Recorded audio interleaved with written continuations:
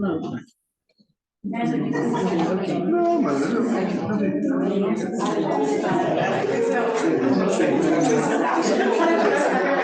lógico, ela é. Eu tô com. Aí ela virou assim, você podia atender a pessoa. Acho que eu fiz isso por mal, você fez isso por sacanear. Gente, bom dia. Eu vou fazer uma coisa. Eu tenho o meu orientador de mestrado, ele dizia que a gente nunca devia começar uma aula pedindo desculpa. Porque isso torna desinteressante. Mas não tem jeito, porque isso aqui é muito chato. Não pode falar palavrão, é chato pra cá. Mas não tem o que fazer. Né? E todos nós temos que saber. E quando eu digo todos nós, efetivamente. Ou não totalmente, mas uma parte delas é importante. Para nós médicos, para os embriologistas e as enfermeiras, a gente tem que saber a resolução inteira. Né? O resto tem que saber por etapas, mas não tem o que fazer. Então, nós vamos falar um pouquinho sobre isso, né? E eu já peço de antemão desculpas, porque o tema é chato, a discussão é chata, e a gente tem que falar sobre isso. Obviamente, eu já mostrei essa figura na semana passada, mas, obviamente, ela tem muito a ver com isso, entendendo que lei hoje, para a gente, basicamente, é o que a Anvisa manda, o que o CRM manda. Então, existe uma resolução, essa resolução, a mais nova dessas resoluções, é de 26 de dezembro de 2022, né? É 22, Mari? É 23? 26 de dezembro de 2022. Já fez um ano. E dispõe sobre boas práticas em células germinativas, tecidos germinativos, embriões humanos, para uso terapêutico e dar outras providências. E eu vou pedir desculpa novamente, porque não tenho o que fazer a não ser ler e discutir alguns tópicos. É lógico que eu não botei a resolução inteira, porque ficaria inviável, mas eu tentei, pelo menos, colocar como ela está montada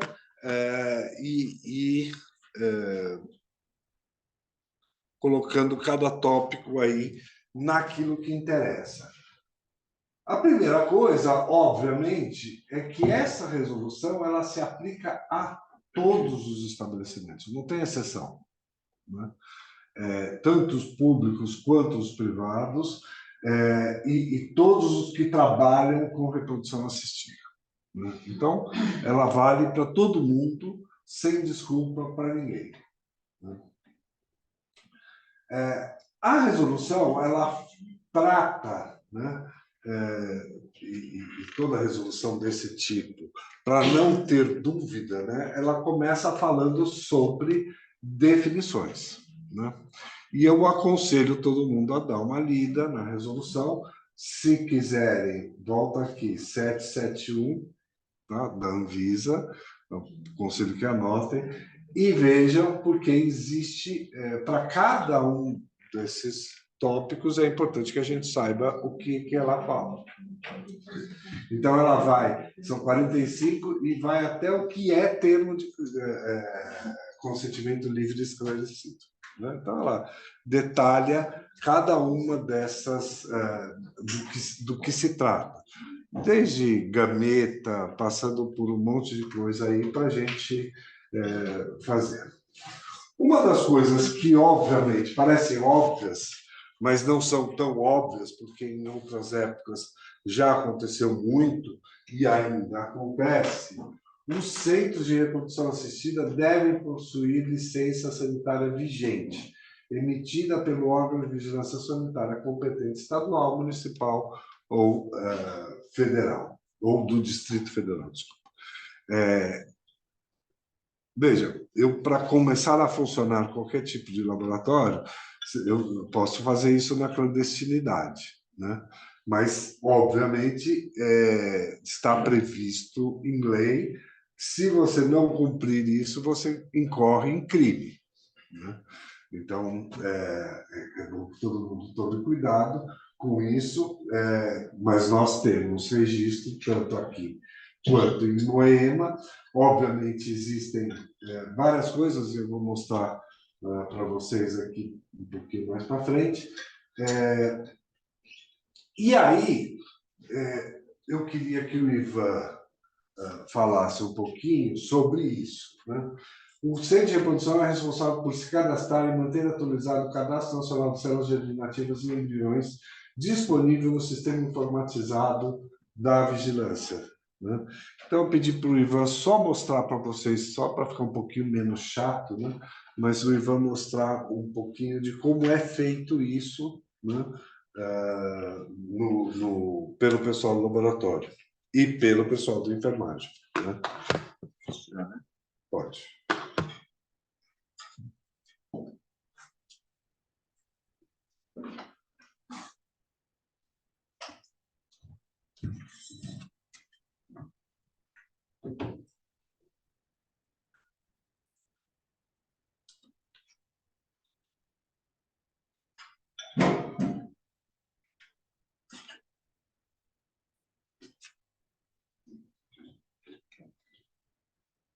Esse aí não vai funcionar, né? Então, o seu.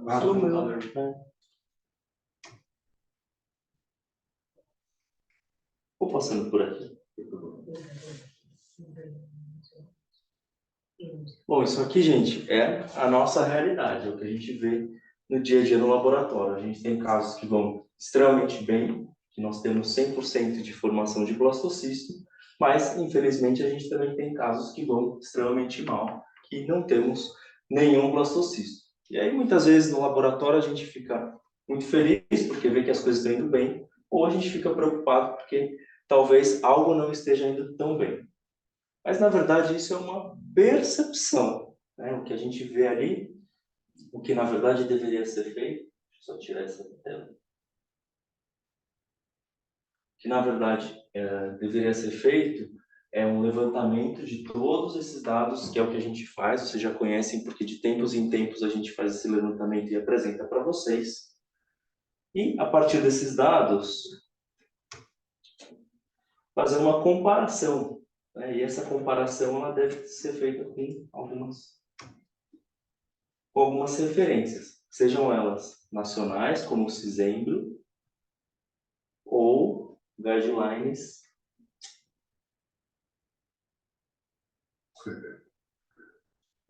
Desculpa, gente. Ou guidelines como o Consenso de Viena, ou que a gente reporta também para a Rede Latino-Americana de Reprodução Assistida. E a partir dessas comparações com esses guidelines e os nossos resultados, a gente pode, então, entender realmente como é a performance do nosso laboratório. Se é uma performance boa ou se dá para melhorar. Bom, e aí, eu gosto muito disso, né? Da mesma série, se tem placa, tem história, né? Se a Anvisa está colocando aquilo lá na resolução, ou se eles estão exigindo que a gente reporte isso para eles, é porque certamente deve ter algum laboratório no Brasil afora que não está fazendo da maneira correta. Então, eu trouxe aqui rapidamente para vocês verem, entenderem o que é o CISEMBRO. O CISEMBRO é o Sistema Nacional de Produção de Embriões. Tudo isso aqui está publicado, está lá no site, se vocês depois quiserem entrar e ler direitinho, com mais detalhes, tudo que eu vou mostrar para vocês hoje está lá no site bem explicado. Então, o objetivo é conhecer o número de embriões humanos produzidos. Então, anualmente, a gente vai enviando para eles a quantidade de embriões que foram produzidos em cada laboratório no Brasil inteiro. Eles também querem saber a quantidade de embriões que foram doados para pesquisa, anualmente também. Tudo isso é feito anualmente. Além disso, eles querem algumas informações de cada centro de reprodução assistida, como, por exemplo, o número de ciclos que foram feitos, quantidade de óvulos produzidos, que foram inseminados, que fertilizaram, que se dividiram, que foram transferidos e quantos não eram viáveis. A partir dessas informações, então, eles vão divulgar alguns indicadores de qualidade. Então, eles fazem uma média nacional ali, com todos esses parâmetros, e publicam anualmente. Como eu disse para vocês, todas essas informações, elas estão aqui no site da Anvisa. Então, esses relatórios, eles são publicados anualmente.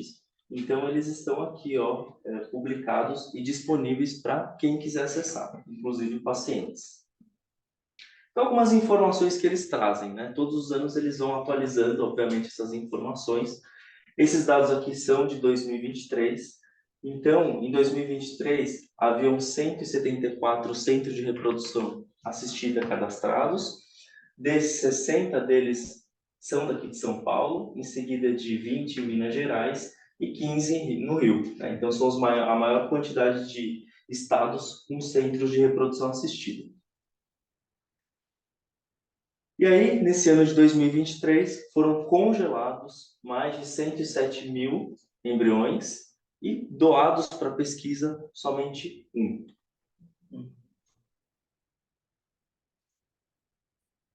Uma outra informação também que ele traz, né? Então, foram 174 centros de reprodução assistida.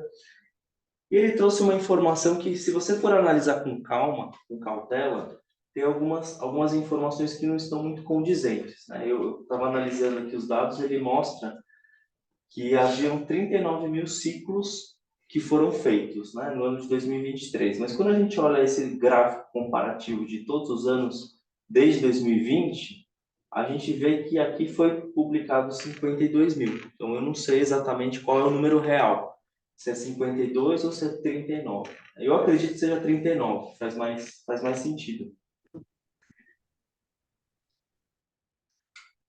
E aí, o que os laboratórios precisam ter de levantamento e muito organizado, né, e que a gente precisa submeter para eles, são todas essas informações. Então, quantos procedimentos de inseminação foram feitos, quantas ovorecepções foram feitas, quantas coletas de óvulos foram feitas, e tudo isso estratificado pela faixa etária. Então, pacientes que são mais jovens, com menos de 35 anos, acima de 35 anos, se os óvulos são de origem fresco ou se foram descongelados. E aí a gente precisa notificar, né, quantas gestações clínicas nós obtivemos em cada faixa etária, né, e aqui uma coisa que também é importante, que eles só contabilizam os procedimentos quando se tem pelo menos um óvulo captado. Então, se as pacientes iniciam um ciclo e não tem punção ovariana, ou iniciam um ciclo, fazem punção e não tem óvulo coletado, não é contabilizado aqui. Então, o número acaba sendo muito maior do que efetivamente esse que está divulgado.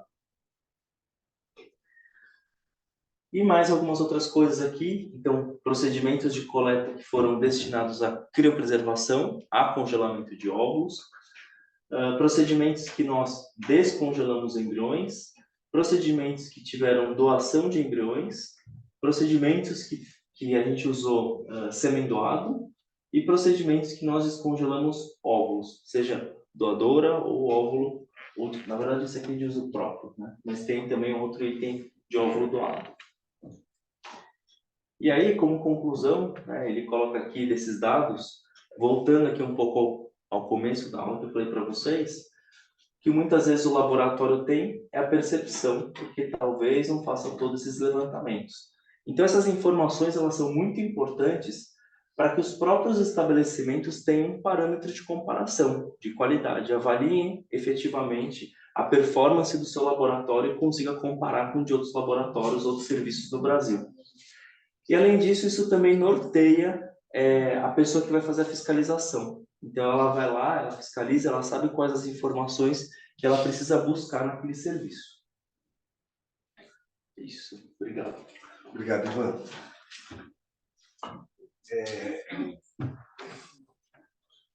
Fala, doutor Emerson. Bom, gente, pode voltar aí, Ju. Por que vocês acham que é importante a gente ter esses dados de forma adequada? Vamos imaginar que vocês sejam uma paciente que vai se utilizar de determinado serviço, né? E, em teoria, no termo de consentimento, tem que estar esclarecido exatamente a taxa de gravidez daquele laboratório, né? É óbvio que, no Brasil, essas coisas de colocar as coisas, o dado correto, é meio levado na piada. Mas, na realidade, o que deveria ser feito é que todas as pessoas deveriam ter a informação para que pudesse avaliar se ela vai ou não para aquele laboratório, né? Infelizmente, obviamente, isso não acontece no Brasil. Mas a intenção da Anvisa é claramente essa, né? É claramente a gente ter uma forma, né? Primeiro, de informar o paciente, e segundo, porque em algum momento eu particularmente acho que a Anvisa vai fazer isso, que é qualquer laboratório que esteja abaixo da média ser fiscalizado de forma mais intensa, né? É uma coisa simples. A média brasileira é 30% de gravidez, vai. E tem um laboratório que faz 20%. Tem uma coisa errada nele, né? Então, acho que esse tipo de coisa, em algum momento, deve acontecer. Deveria acontecer há muito mais tempo, não acontece, né? Mas a gente sabe que isso é a intenção, e seria a intenção, em teoria, né?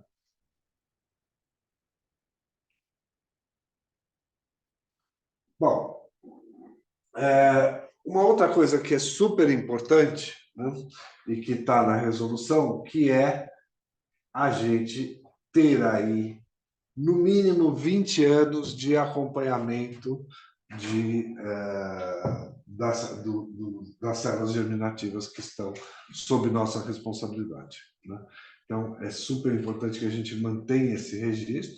Hoje, informatizando e com as coisas na nuvem, isso fica muito mais fácil, obviamente, mas é importante que vocês saibam que a gente não pode descartar absolutamente nada. Não estou falando de embrião inviável, hein, pelo amor de Deus, eu estou falando de células, e eu tenho que ter um acompanhamento disso por um período de 20 anos. É óbvio, se a paciente chega aqui e fala, eu quero descartar meus embriões, ela quer descartar os embriões, está descartado, ponto, acabou.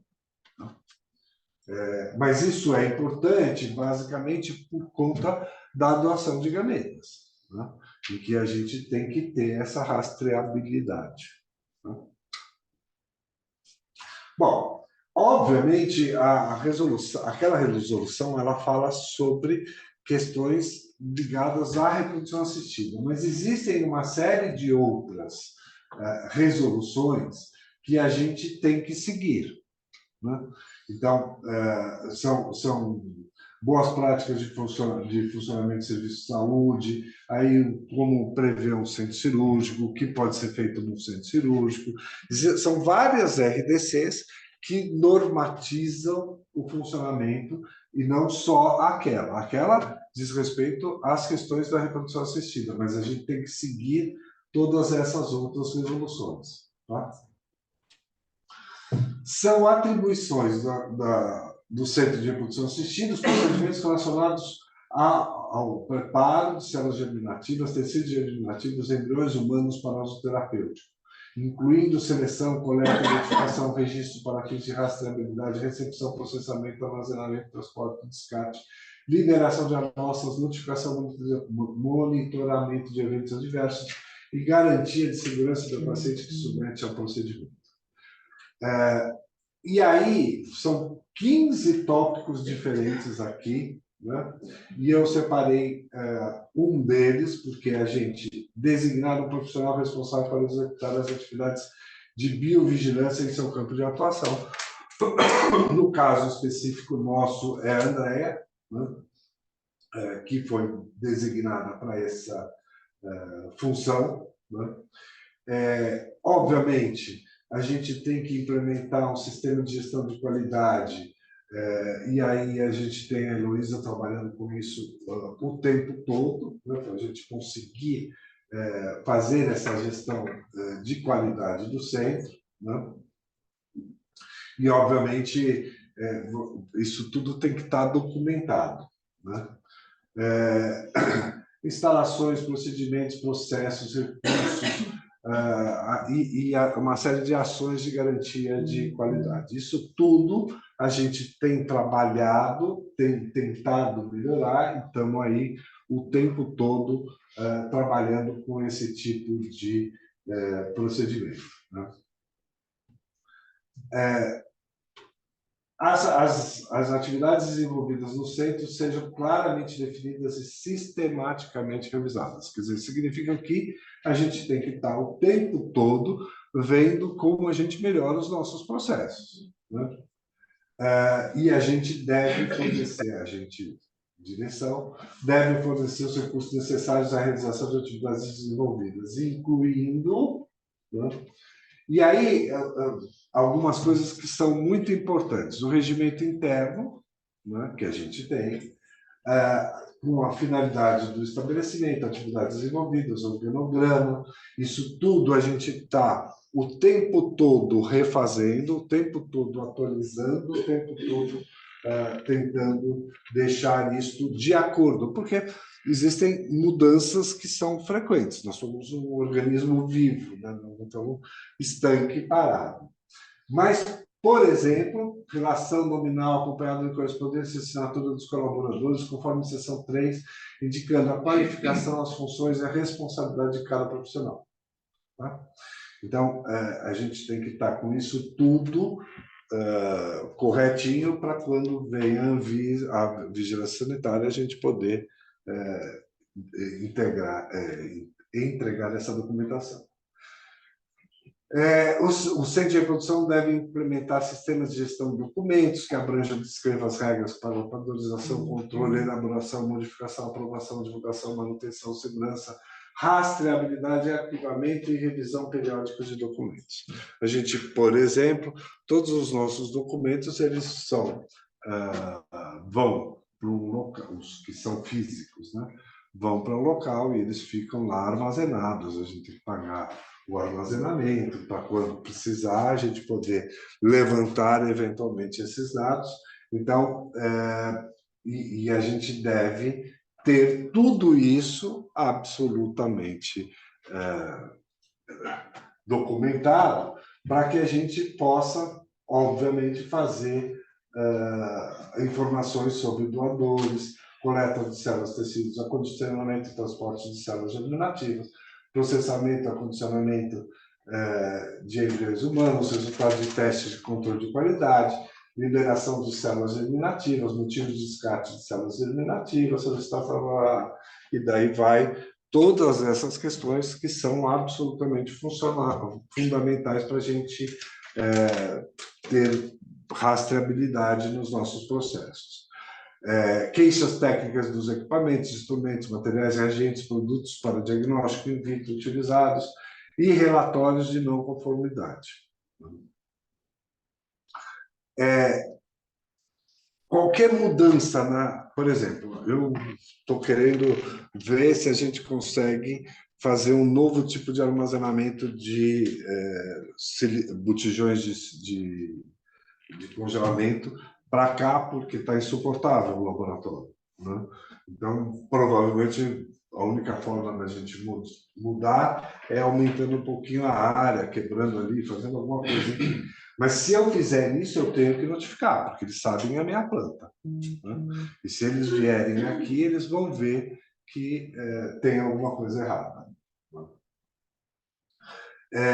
Óbvio que a gente tem que seguir as normas de biossegurança, todos os profissionais aqui, eu sublinhei isso, deixei isso separado, porque é uma coisa que a gente está em dívida, tem muitas dessas coisas que a gente está em dívida, tá? Não quero, eu acho que a gente tem um processo muito bem estabelecido, muitas coisas bem estabelecidas, mas muitas coisas também a gente não tem totalmente. Então, todos os profissionais que trabalham devem ter sua vacinação obrigatória em dia, conforme normas do Ministério do Trabalho. Tá? Todo mundo está em dia, Débora? Como é que está isso? Essa parte da vacinação, as pessoas que não pegaram as carteirinhas assinaram um termo de vacinação para justamente poder substituir. E os médicos? Sim, os médicos. Os médicos é que entregaram, né? Porque os funcionários tinham. Bom, aí a questão de controle de qualidade ela é muito bem analisada, definir os parâmetros de análise, requisitos de aceitação de lotes de material. Ivan, queria que você falasse, pode falar só, por que isso é importante? O que já aconteceu no laboratório? Então, todo material que entra dentro do laboratório, ele precisa ter uma certificação. Então, a gente não pode simplesmente comprar qualquer placa, por exemplo, e colocar dentro do laboratório. Ele tem que ser um material que é testado para embrião. Então, previamente, é uma marca que já foi testada para embrião de camundongo, de rato, para ver se tem desenvolvimento. E meio de cultura, antes de colocar para uso, também a gente faz um teste. Então, a gente, eventualmente, sempre que recebe qualquer tipo de meio, nós fazemos um teste para ver se o pH está ideal. E aí, se não tiver ideal, não está liberado para uso. E a gente vai testando, né? Aumenta o CO2, diminui o CO2, né? Até chegar o valor aceitável. Nem sempre todos os lotes têm exatamente a mesma composição, né? E aí, de repente, você sofre com a taxa de gravidez, por exemplo, porque o meio mudou uma coisa, o pH mudou um pouquinho e já tem embriões piores. Tá? Então, é fundamental que a gente tenha esse tipo de observação constante, né, para que a gente não tenha perdas na taxa de gravidez. Então, isso deve proceder à verificação do registro das amostras, incluindo suas condições de transporte, embalagem, rotulagem, documentação, aos quais deve atender os dispostos nesse artigo.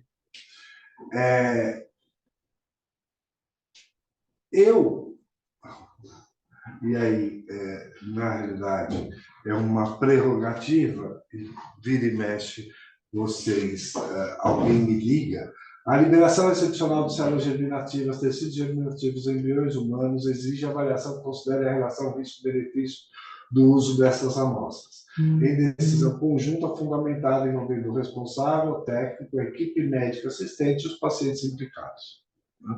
Então, o que significa isso? Que a Anvisa, ela dá o direito de que, eventualmente, se tiver alguma coisa, mesmo que esteja errada, e a paciente saiba, e você discute os riscos, conversem comigo, e isso pode ser liberado, né, para utilização excepcional.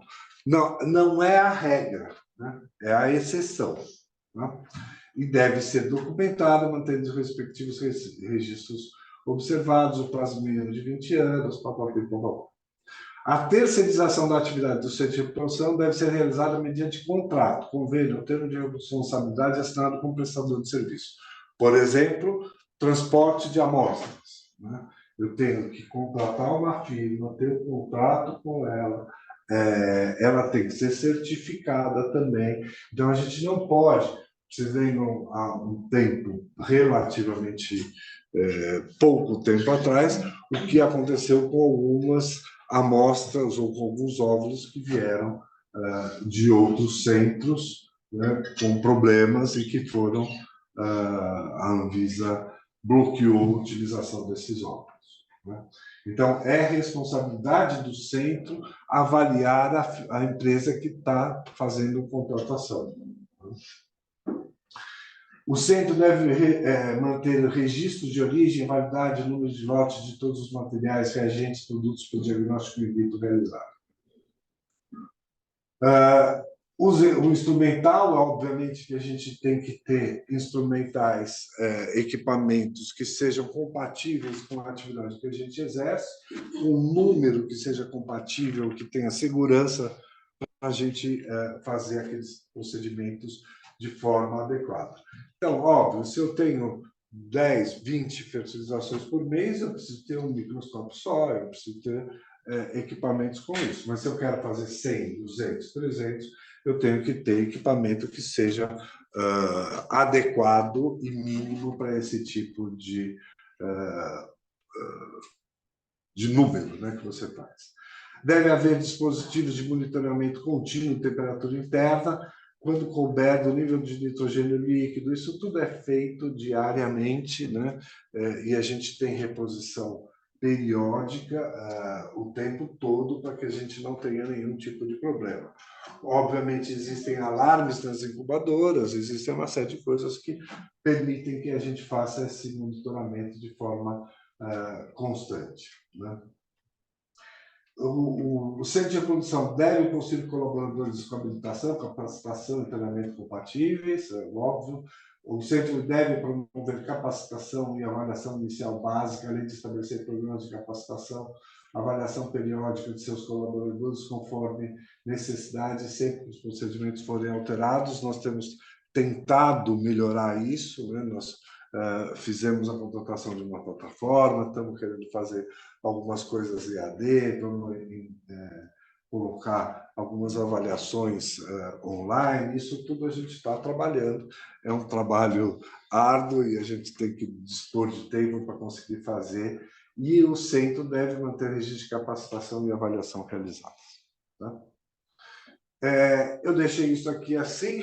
Existe um responsável legal, e no nosso caso, o legal e o técnico, ele é acumulado, né? Sou eu. Existe um responsável médico, que é o Emerson, existe um responsável de garantia de qualidade, que é a Heloísa, um responsável... nós temos um responsável pelo sêmen dessa forma? Então, o que ele traz aí, porque antigamente você poderia ter um embriologista que era responsável pelos dois. Mas hoje, agora, você não pode. Você tem que ter um embriologista de laboratório que seja responsável e um embriologista. Não pode ser mais a mesma pessoa. Então, não pode ser a mesma pessoa que vai processar amostras também, entendeu? Tá. Então, como a gente tem um serviço grande, a gente tem vários embriologistas, a gente se enquadra nessa célula. Tá. E um responsável pelo processamento de ócitos e embriões, o responsável pela biovigilância, né? Então, é super importante que a gente tenha isso bem definido. Cabe ao Centro de Reprodução Humana observar a resolução da diretoria que dispõe sobre o planejamento, programação, elaboração, avaliação e aprovação de projetos físicos do estabelecimento assistencial e saúde, né? Planejar, elaborar, após a avaliação, a aprovação do órgão de vigilância sanitária, e aí a gente vai. A infraestrutura física do centro deve ter a parte administrativa, laboratorial, condições da sala de coleta de sêmen, todo mundo já sabe, existe possuído um sanitário com acesso exclusivo, o laboratório deve possuir sistema de climatização, parâmetros controlados, isso aqui é absolutamente fundamental. É isso que, muitas vezes, a vigilância, quando vem aqui, ela quer saber como é que estão as certificações dos equipamentos que fazem esse controle. E aqui, obviamente, tem uma questão que eu discuto com o Ivan, né? Não é permitido o processamento simultâneo de amostras de mais de um paciente doador no mesmo ambiente.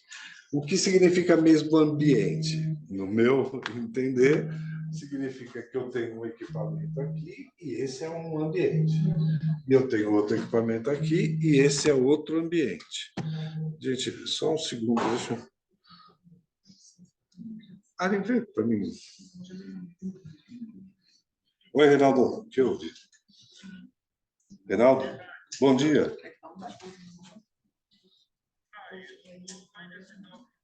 O que houve?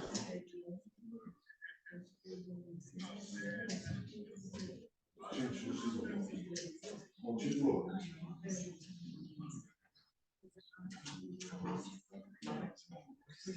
Pessoal, antigamente a reprodução assistida começou com os médicos especialistas montando suas próprias clínicas, né? E boa parte das clínicas no Brasil hoje, elas têm o formato ainda de uma pequena empresa familiar, né? Ou de um único dono, de 2, 3 sócios. Hoje no Brasil a gente tem quase 100, são 160 clínicas de produção assistida. E nós somos um dos grandes centros como ideia fértil. Então vocês podem ver que ultimamente está todo esse tititi das fusões e aquisições que estão sendo feitas, que são as junções dessas grandes clínicas, com o objetivo de depois vender para grupos maiores ainda internacionais.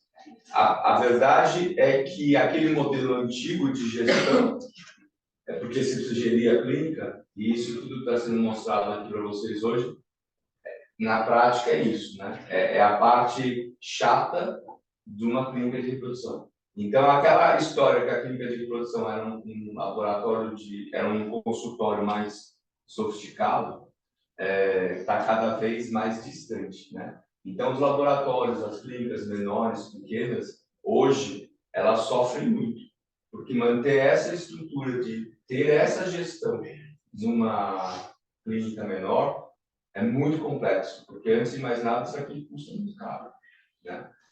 E você precisa ter volume para garantir essa gestão. Então, esse é um dos grandes problemas da atualidade, né? Você conseguir estar ok com todas essas normatizações, né?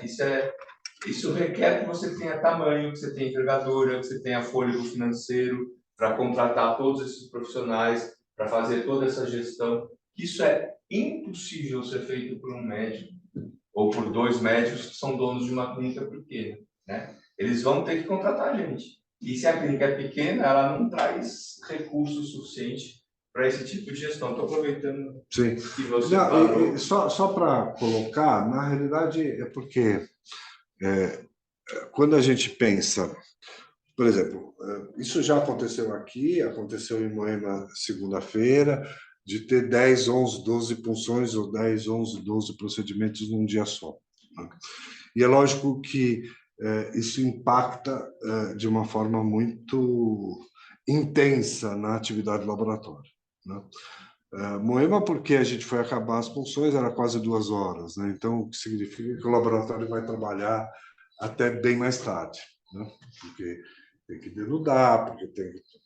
Então, uma das coisas que eu queria, né, é que a gente conseguisse trabalhar simultaneamente. Quando eu digo trabalhar simultaneamente, não significa que eu preciso... Óbvio que eu preciso 2 anestesistas, eu preciso 2 salas, eu preciso equipe de enfermagem para trabalhar e eu preciso laboratório equipado e pessoal dentro do laboratório. Não estou falando que a gente vai chegar amanhã e fazer 30 casos num dia. Estou falando que a ideia é se preparar para um dia isso acontecer, né? Então, é só para a gente... E quando a gente fala em simultâneo, não é... A anestesia não pode ser o mesmo anestesista simultaneamente em 2 salas, entendeu? Mas aqui nós estamos falando de duas equipes, 2 equipamentos, 2 salas de cirurgia e tudo isso, tá? Deve registrar em formulário padronizado, o centro deve dispor... Aqui é uma coisa importante. Aqui é uma coisa importante, que é o seguinte: o centro, e isso está acontecendo cada vez mais, né, porque a gente tem... O centro deve dispor na criopreservação um container para amostras não liberadas de doador quando couber. Um container para amostras liberadas de doador quando couber. Um container para amostras não liberadas de pacientes quando couber. E um container para amostras liberadas de pacientes. Um container para cada tipo de agente infeccioso positivo ou reagente, no caso, processamento de amostras. Então, o que significa isso? Que eu não posso pegar um paciente de hepatite B e colocar no mesmo container do paciente com hepatite C, e HIV, HTLV, assim por diante, tá? Então, é super importante que isso aconteça. E para vocês terem uma ideia, como essas coisas elas acabam sendo importantes, por exemplo, ia vir uma amostra de óvulo de outro centro que tinha Neisseria positiva. E o centro de origem não viu que a paciente era Neisseria positiva. Então, estava lá guardado, normalmente, tudo certinho, e com a presença de Neisseria. Se vocês me perguntarem, a Neisseria é transmitida desse jeito? Não. É um diplocócoco gram-negativo intracelular, então não está dentro do óvulo e não vai ser transmissível, né? Então, em situações excepcionais, eu até poderia liberar, mas devo liberar? Não, né? Porque não tem sentido a gente pegar um óvulo dessa forma. Os PCLEs devem ser obtidos, tratando dessa resolução, devem ser redigidos em conformidade com as necessidades de cada tipo de intervenção, assim como em conformidade com o indivíduo envolvido. Se paciente ou doador, os procedimentos específicos realizados devem estar em linguagem clara e compreensível, e o centro de reprodução, a gente tem trabalhado muito com isso, ele deve dispor um canal de comunicação com o paciente de modo que relatórios com informação sobre evolução, isso tudo a paciente receba e tenha condições de entender e seja explicada a respeito de todas essas coisas, congelamento, descongelamento, descarte, transferência de amostras. A doação de células germinativas, tecidos germinativos devem respeitar os preceitos legais éticos, é o que está na resolução do Conselho Federal de Medicina, doação anônima, aquela coisa toda. Existem muitos pontos em que a resolução e a RDC e a resolução do Conselho Federal de Medicina, elas estão intimamente ligadas. Não existe nenhum conflito entre uma e outra, tá? Porque isso foi feito de forma alinhada entre os dois, tá? Então, está tudo aqui previsto, estrito sigilo, as autoridades de vigilância devem ter acesso aos registros da doação. Então, se eu tenho uma paciente Neisseria positiva e ela está lá no meu banco para doação, né, e a Anvisa vem e vê isso, eu estou incorrendo num erro que deve ser eventualmente punido ou não. Esse parágrafo 5º é exatamente igual ao que está lá, né? Sim, mas ele ficou meio sem sentido, né? Porque com a quantidade de informações que tem na ficha de um doador hoje, já tem tudo que tem na ficha. Então, se você precisar abrir em algum motivo, você vai estar abrindo pela necessidade de saber quem é a pessoa. Não, mas se você está... Então, no caso, por exemplo, de um câncer em que transplante de medula, rim ou qualquer outra coisa seja... Então, mas aí você vai ter que chegar no receptor. Aí você vai chegar no receptor, você clínica, eu. Sim. Vou falar com ele e ver se ele topa doar outra vez a medula. Vai. Entendeu? Mas é uma decisão dele. Se ele virar e falar, não quero doar, não quero doar.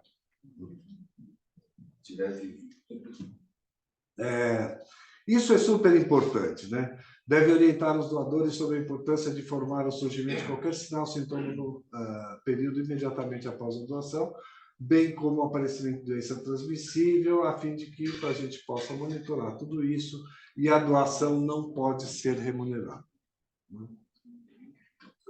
Registro geral da triagem de doadores, maioridade, teste de marcadores de doença, realizar teste para mutação genética quando couber, realizar entrevista para triagem clínica. E é isso aqui que as pessoas ficam aqui, muitas vezes, falando para a gente, pô, não tem como apressar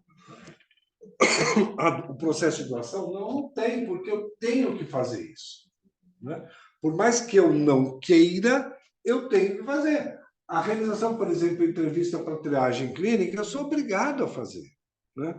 Eu tenho que colher os exames, eu tenho que fazer o cariótipo, eu tenho que fazer todo o processo para que a paciente possa, ou o paciente possa ser doador. Então, tem como apressar? Não. Basicamente, por quê? Porque a célula tem que crescer no laboratório da Denise, senão ela vai virar e falar, pô, como é que ela faz cariótipo sem crescimento celular? Não faz. Então, não adianta a gente querer, porque a gente não tem como burlar isso aqui. Não só não tem, como não deve burlar. Né? A gente tem que seguir a norma. A prevista do potencial doador deverá considerar condições físicas, mentais, debilitantes, doenças graves, doenças genéticas ou outras condições clínicas que contraindiquem a doação.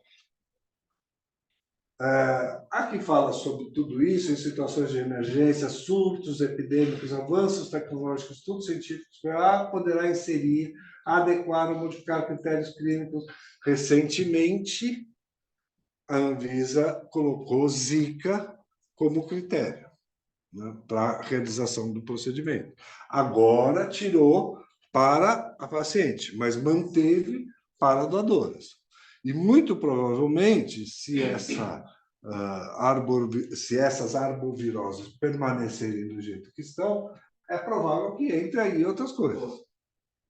Daqui a pouco a gente vai fazer dengue, chikungunya e zika. Deixou por anos quando não precisava. Agora que voltou o surto, ela tirou. Exatamente. Super. Bom, mas enfim, isso tem que estar, e a gente. E está correta a Anvisa, né, nesse aspecto, principalmente pelo número de pacientes que tiveram microcefalia com Zika. As pacientes que desejam. A Mariana mandou para vocês aí a RDC, né? Então, está no grupo aí. As pacientes desejam doar suas amostras, então ela tem que seguir todos os critérios que estão nesses artigos. A gente já sabe: hepatite B, hepatite C, HIV, Zika, cariótipo. Aí a gente tem que fazer tudo isso para que o paciente possa ser doador. Tá? Pacientes que não houverem sido submetidos aos critérios de triagem de doadores de escolar ficam impedidos de doar. Quer dizer, se o paciente virar e falar, não quero fazer esse exame, não quero, tá bom, não faz, mas também não doa. Tá? Então, aqui você tem a série de exames, né? HIV, hepatite C, sífilis, HTLV, Zika, Neisseria, clamídia, cariótipo e traço falciforme.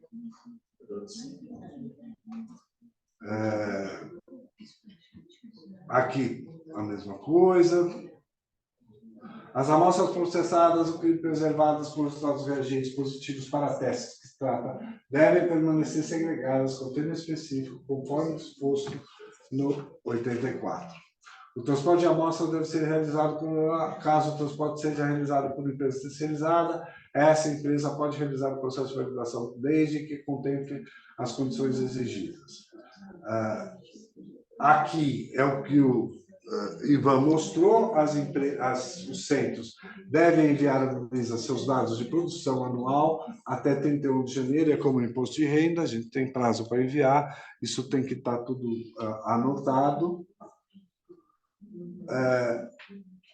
O centro deve dispor de mecanismos para identificar, investigar e executar ações corretivas e preventivas relacionadas a eventos adversos, queixas técnicas observadas em suas dependências, sob sua responsabilidade, ocorridos desde o processo de seleção do doador, o paciente, até o uso do desdobramento.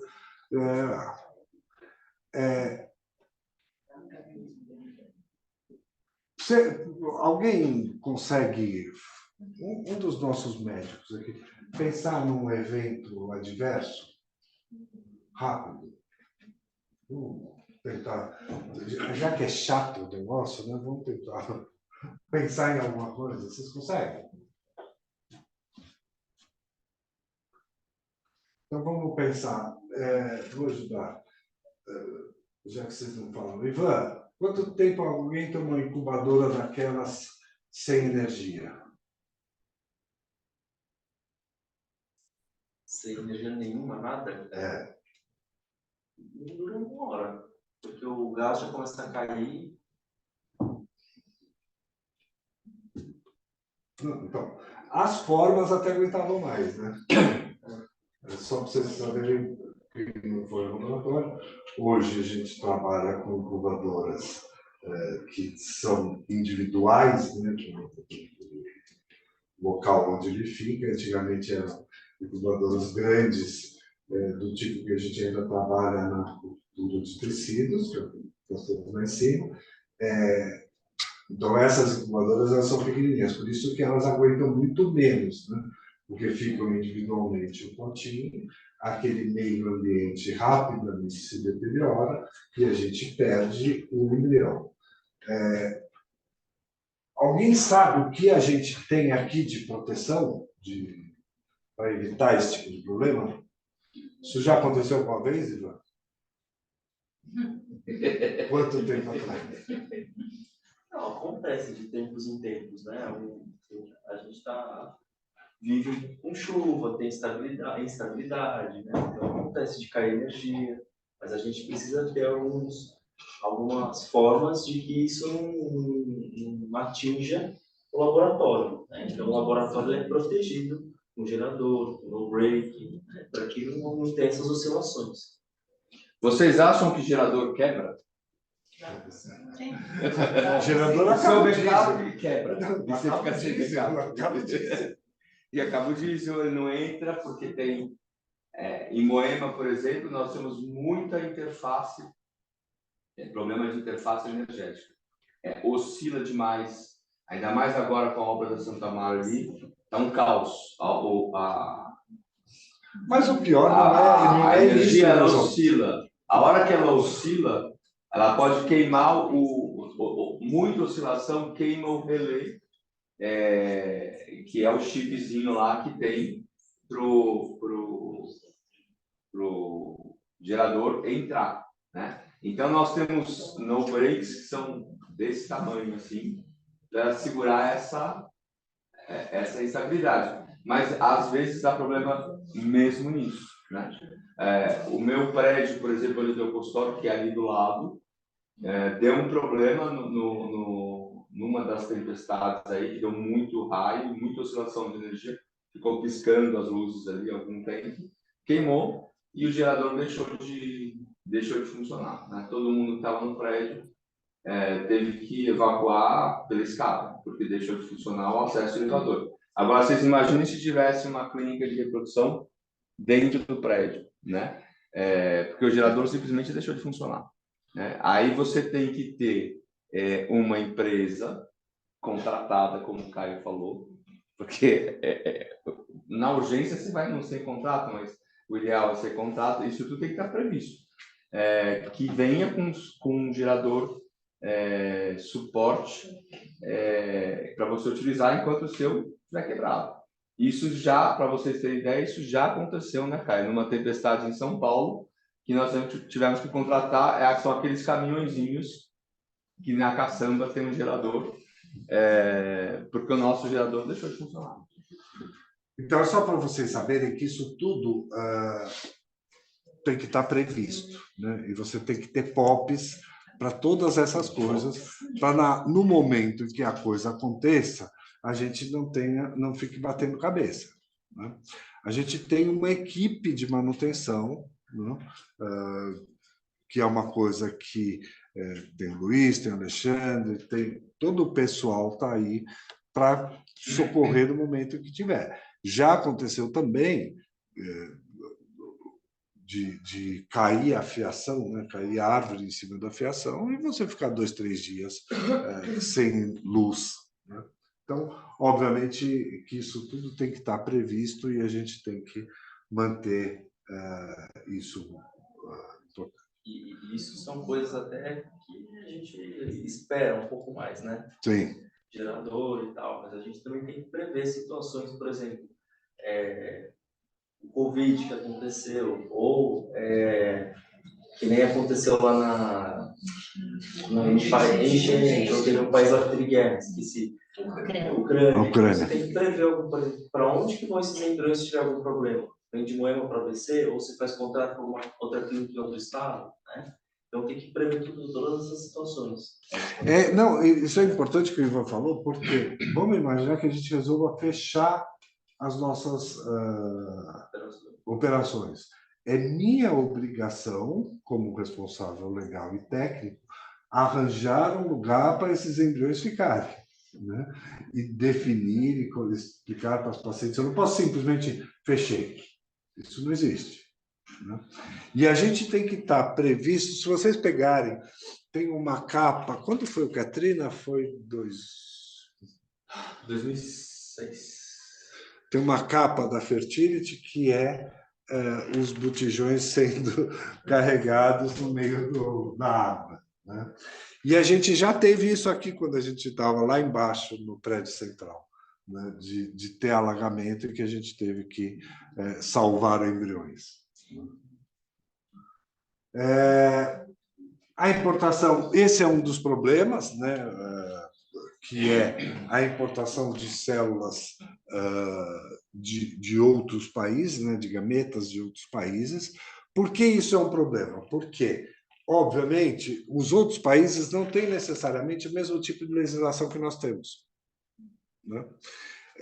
E que muitas vezes faz até uma concorrência ruim, ou, sei lá, desleal. Porque, por exemplo, nos Estados Unidos, na Espanha, na Colômbia, todos esses procedimentos eles podem ser remunerados, né? No Brasil, você não pode remunerar. Então, eu não tenho óvulo, não tenho espermatozoide à torta e à direito para ser utilizado pelas clínicas. Então, obviamente, isso é um problema. O segundo grande problema é que não necessariamente as empresas que fazem a coleta de óvulos nesses países, elas fazem as coisas de acordo com o que é feito aqui no Brasil. Então, momentaneamente, as importações de óvulos, por exemplo, elas estão suspensas, né? Em algum momento, óbvio que isso vai voltar, mas vale a mesma coisa para tudo que a gente diz para o nosso banco de células e tecidos, tá? E é esse o grande problema que hoje a gente tem que ter. Então, o que tem que fazer? O que a Anvisa exige? Que essas empresas se cadastrem na Anvisa, né? Cumpram todas as exigências legais e, a cada 2 anos, venham e se renovem a sua vontade de continuar fornecendo doadoras para o Brasil, tá? A documentação que trata deve conter pelo menos as seguintes informações de cada processo de importação: identificação do centro, resultado de gestação, identificação e codificação das amostras. Isso tudo tem que estar visto. A importação de células, tecidos germinativos dar-se-á por meio de modalidade de importação do Siscomex, remessa expressa ou declaração simplificada, ficando vedada a importação pelas modalidades de remessa postal, bagagem acompanhada e bagagem desacompanhada. Quer dizer, só pode ser pelo sistema de exportação, não pode ser por nenhum outro tipo de avaliação. Se você fizer isso, é crime, né? E a gente, então, já vou acabar com essa parte chata, assim, não, para mim. Eu só quis, na realidade, trazer isso tudo porque eu acho que vocês têm que ter o conhecimento do trabalho que dá você conseguir montar um negócio desse e montar essa estrutura, tá? E o trabalho que dá de manter a estrutura, da qual vocês fazem parte e da qual vocês são peça fundamental para a gente conseguir manter essa estrutura. Passando desde a ideia de que o termo de consentimento tem que ser esclarecido aos nossos pacientes, passando pela ideia de que a gente tem que fazer o melhor para a nossa paciente, falar dos nossos resultados, falar de tudo, tá? Então, a ideia da gente discutir isso, ela vai muito em função da ideia de vocês saberem aquilo que a gente está fazendo e toda a dificuldade que é a manutenção de um centro desse tipo. E acho que cabe até um ponto, né, cara, que nós temos 2 unidades com características bem diferentes Aqui, ela é uma unidade, é a nossa matriz, onde tudo começou, mas é orgânico. É um crescimento e as pacientes que efetivamente procuram o ideal fértil. Em Moema, por uma questão de como a clínica acabou evoluindo, nós temos muitas pacientes que vêm pelos médicos externos que nos procuram, né? Então, lá não é tão orgânico quanto aqui. No entanto, a gente mantém absolutamente o mesmo tipo de controle de qualidade e resultado laboratorial nas duas unidades. E o que é importante para vocês verem é o crescimento que nós estamos tendo em Moema, que vem desse volume de médicos novos que nos procuram, é reflexo de todo esse cuidado que o Caio está falando. Porque o médico externo, ele funciona como vocês quando vão fazer uma cesárea, e vocês vão definir lá dentro, obviamente, do que a paciente pode ter acesso, mas prefiro Einstein, prefiro São Luís, prefiro a Pronacre. Então, o médico externo também tem essa função de escolher, quando ele não é afiliado, de escolher a clínica que ele quer ir, né? E o nosso crescimento em Moema, que está constante, ainda bem, mostra exatamente esse cuidado que a gente tem, né? Então, isso é importante para vocês valorizarem, inclusive, o que a gente tem aqui, né? Aqui, na unidade do ABC, a gente tem hoje uma capacidade de crescimento importante, né? A gente precisa até crescer para melhorar os nossos números aqui. E vocês têm um ouro aqui na mão, porque não tem diferença do resultado daqui com Moema, não tem diferença dos benditos KPIs, né? Esses indicadores KPIs, para quem quer falar em inglês, são os indicadores de qualidade do laboratório e da clínica. Então, precisamos olhar essa unidade aqui com mais atenção, porque nós temos todo esse investimento de controle de qualidade faz com que a gente tenha procura de médicos que não são do nosso grupo, né? Que é o que está acontecendo lá em São Paulo. E só está acontecendo lá em São Paulo porque esses médicos são de São Paulo, né? Infelizmente, aqui a gente não tem tanto médico do ABC que faça reprodução. Então, esse movimento aqui é um pouco menor. Mas o que importa é que a nossa qualidade fundamental. É muito boa. Rafa.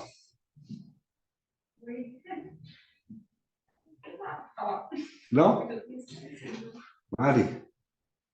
Eu sou até chata com isso, né? Eu só falo desse negócio de noção, das regras, isso, daquilo. Acho que isso é muito claro. O grande problema que nós temos são os médicos, né? Que, na realidade, acham que a gente é chato, né? Quer dizer, a enfermeira que não for chata, ela não está cumprindo o papel dela. Isso é um princípio básico.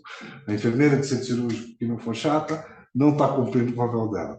Porque nós, de uma maneira geral, ficamos tentando burlar as normas, o que está errado, né? Porque a norma, se vocês forem avaliar, lógico, eu posso criticar o negócio do Zika, tá bom. É o mais importante da norma? Não, isso é uma besteira que apareceu durante um tempo, vai desaparecer. Mas o restante da norma está errado? Né? Não está errado. Né?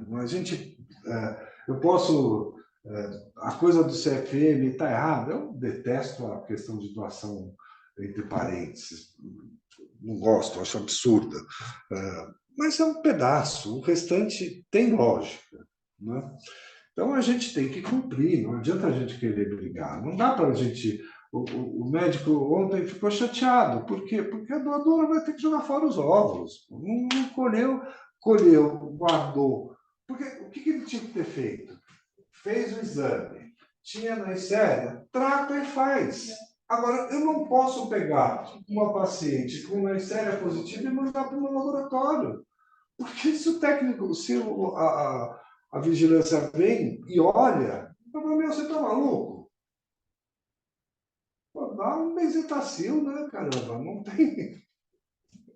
Não, até um binotal funciona. Faz parte também de todos os profissionais que trabalham com o banco também se posicionar nessas situações.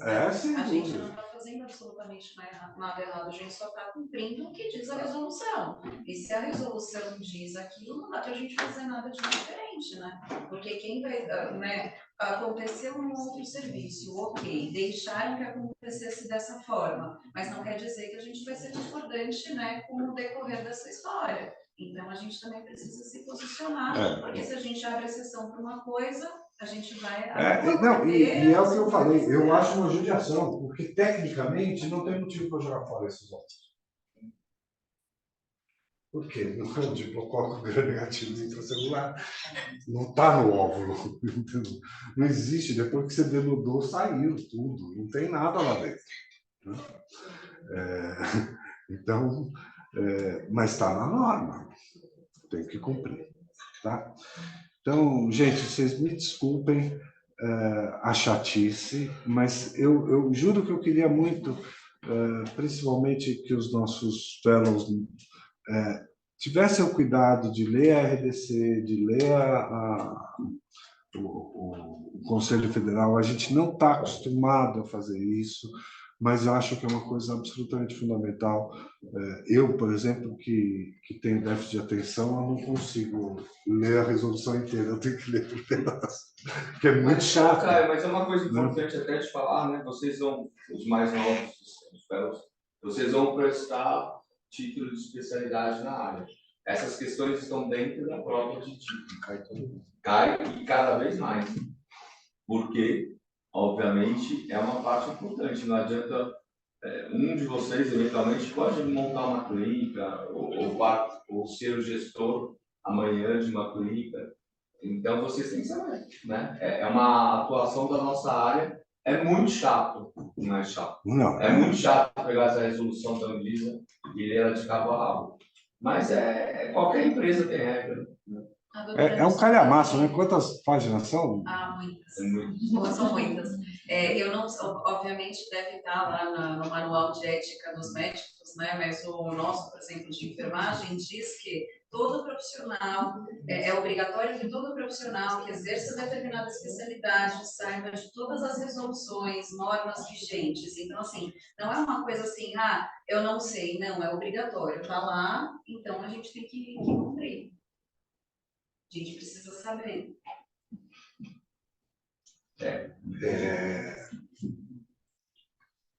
E só para que vocês saibam, a gente não é só fiscalizado pela Anvisa e pelo Conselho CRE. Tem o CRF e tem o CONEI. Então, não achem que, por exemplo, a gente tem aqui farmacêuticas que fazem a dispensação de todos os medicamentos. Vocês acham que todas as clínicas fazem isso? Não, seguramente não. Deveriam fazer? Deveriam, porque é obrigado. Mas em algum momento pegam e... Põe na geladeirinha. Hã? Põe na geladeirinha. Põe na geladeirinha. Ele fala que é o Zupró. 150. Por isso que, se vocês tiverem a curiosidade e forem lá em cima, vocês vão ver que, por exemplo, a gente não tem nenhuma geladeira comum guardando medicamento. A gente tem geladeiras especiais, conforme manda a norma para armazenamento de medicamentos. Então, é super importante que vocês saibam disso e desculpem a chatice. Obrigado, gente.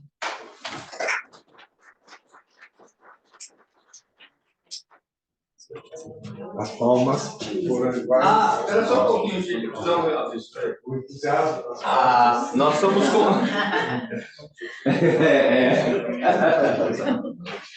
É só um aviso, a gente vai começar a trabalhar, nós já começamos, na realidade, com a Progênesis. A Progênesis é a nova empresa de genética que chegou no Brasil, né? E eles estão agora, no mês de abril, inaugurando a unidade deles aqui em São Paulo, no bairro de Moema. Então, da mesma forma que a Genomics, que é europeia, tem um escritório aqui, uma unidade em São Paulo, a Progênesis montou a dela também, né? Porque até então o material da biópsia dos embriões ia para os Estados Unidos. Nós conseguimos, presta atenção todos, por favor, nós conseguimos equiparar preço